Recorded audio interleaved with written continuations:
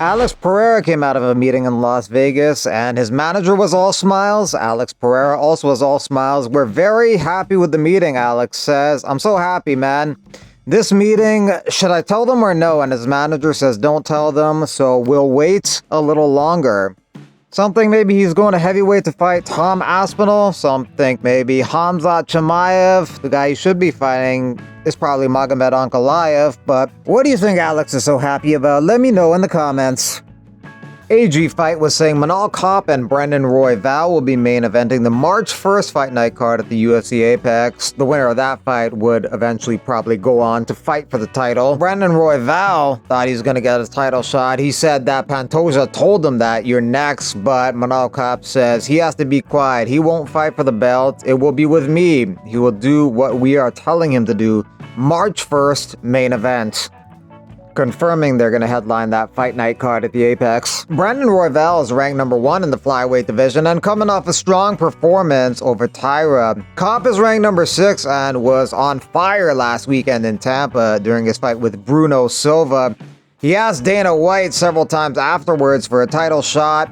He got shut down, but Dana alluded to something big on the horizon like this. What I heard Kape say is, you are my neighbor. I think he wants a meeting back in Las Vegas. I never asked for I don't think he's a literal neighbor, but say that. Never asked for anything. Only Ali helped me on my time since I've been in the West. He helped me a lot. No one else. I never asked anything. Nope. I'm a man of my team. I work. You know, I do my stuff. Hey, enjoy your moment.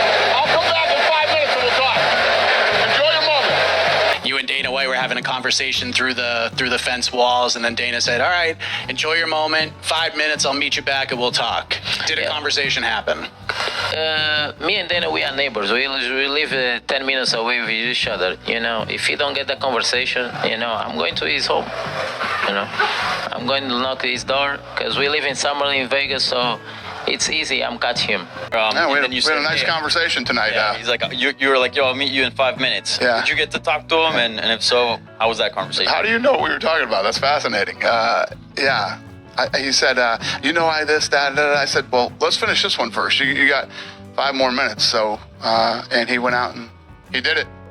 Is he getting the next title shot at flyweight, you think? No, he's not getting the title shot, but we'll definitely give him what he's looking for. By process of elimination, Kai Car-France may be getting the next title shot against Pantoja. He's ranked number 4 and won his last fight against Steve Erceg via KO in an impressive performance. Cyril Gane rehabbing his foot, which he injured in the first round in his fight with Aleksandre Volkov. The judges gave that as a split decision to Cyril Gane, which was a highly controversial decision. Ilia Topuria's brother Aleksandre will be making his UFC debut against Cody Haddon at UFC 312 in February. Haddon is 8-1, Topuria is 5-1. Haddon will have home cage advantage in Australia. UFC likely going to Miami in April, and Dan Hooker says he might be on that card, and there's some talk of him fighting Justin Gaethje, so maybe Dan Hooker versus Gaethje in April in Florida. I think my next fight might be in Florida there in April, so I'll have to check you out, my friend. Maybe we can get some work done. Gilbert Burns also wants to be on that Miami card, taking on Colby Covington.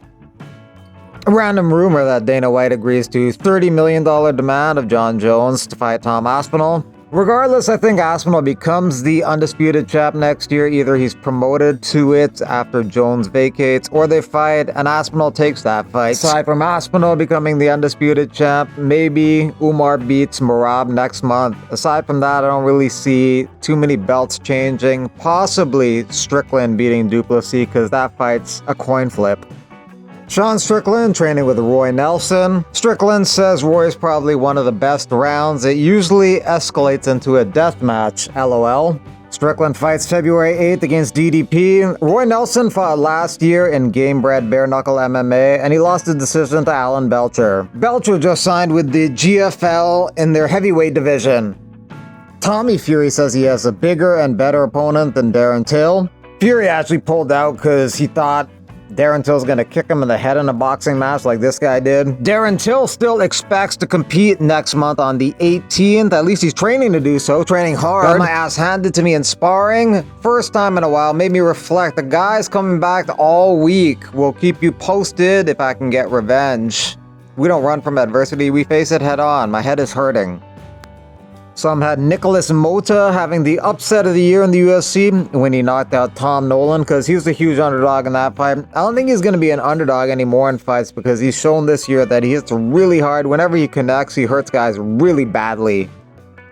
Islam Makhachev's coach Javier Mendez says they just have 2 more weeks of hard training, and the pound-for-pound number 1 Islam Makhachev will remind us why he is number 1. If Makhachev does win this rematch against Sarukian, he indicates that the UFC is interested in having him do another rematch after that against Charles Oliveira. He says he's bored with rematches, but if everybody wants him to fight Charles, he'll do it. Alex Cowboy Oliveira signs with the GFL. It's a good pickup. He's an entertaining fighter. Former UFC fighter TJ Brown headlining the show in Little Rock, Arkansas on January 18.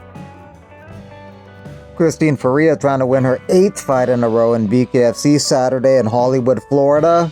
She was supposed to fight Heather Hardy in May, but Hardy pulled out due to brain damage. And she now says, I didn't get my traumatic brain injury because I had bad defense. I didn't get my TBI because I should have retired at 40.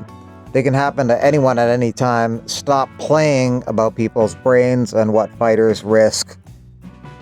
Saladin Parnas wins via TKO to defend his KSW lightweight championship.